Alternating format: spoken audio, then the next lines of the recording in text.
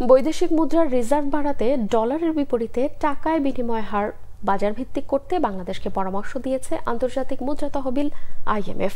যুক্তরাষ্ট্রের ওয়াশিংটন ডিসিতে বিশ্বব্যাংক ও আইএমএফ এর বসন্তকালীন বৈঠকে বৃহস্পতিবার সংবাদ সম্মেলনে এই পরামর্শ দেন সংস্থাটির এশিয়া প্যাসিফিক ডিপার্টমেন্টের পরিচালক কৃষ্ণা শ্রীনিবাসন।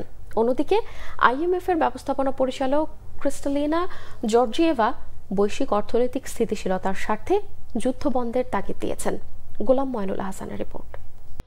সরকারি নানা উদ্যোগেও দেশের রিজার্ভ $20 বিলিয়ন ঘরে ঘুরপাক খাচ্ছে।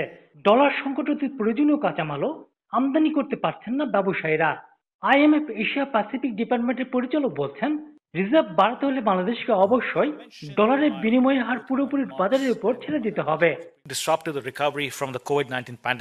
বাংলাদেশ অন্য অনেক দেশের মতোই করোনা ও রাশিয়া ইউক্রেন যুদ্ধের ভিকটিম। অর্থনৈতিক উন্নয়নে সরকার অনেক চেষ্টাই করছে, তবে রিজার্ভ ধরে রাখতে চাইলে আমার মতে দেশের বাজার ভিত্তিক একক বিনিময় হার চালু করা জরুরি।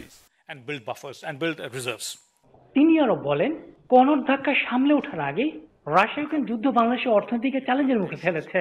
জিনিসপত্রের দাম বৃদ্ধির প্রবণতা ঠেকাতে রাজস্ব নীতি ও মুদ্রানীতির সমন্বয় জরুরি বলেও মনে করেন তিনি। প্রতিবেশী দেশ ভারত এমনকি শ্রীলঙ্কাও মূল্যস্ফীতি কমিয়ে রাখতে সক্ষম হয়েছে, কিন্তু বাংলাদেশ পারছে না। আমার মতে জিনিসপত্রের দামে লাগাম টানতে বাংলাদেশের মুদ্রানীতি ও রাজস্ব নীতির সমন্বয় দরকার।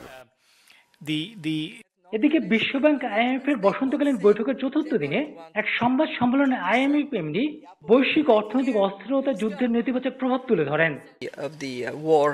যুদ্ধ কখনো ভালো কিছু বয়ে আনে না। যুদ্ধের সবচেয়ে বড় ভিকটিম নারী ও শিশুরা।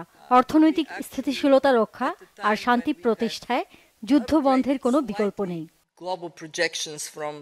যুদ্ধের কারণে গরিব দেশগুলোর দুর্দশা পড়ার আশঙ্কার কথাও জানান আইএমএফ এমডি। ডলার বাঁচাতে সরকারের নানা উদ্যোগের মধ্যে বাংলাদেশের রিজার্ভ পরিস্থিতির উন্নতি ঘটেনি। আমদানি রপ্তানি কিংবা রেমিটেন্সে দেশে বর্তমানে ডলারের আলাদা আলাদা রেট।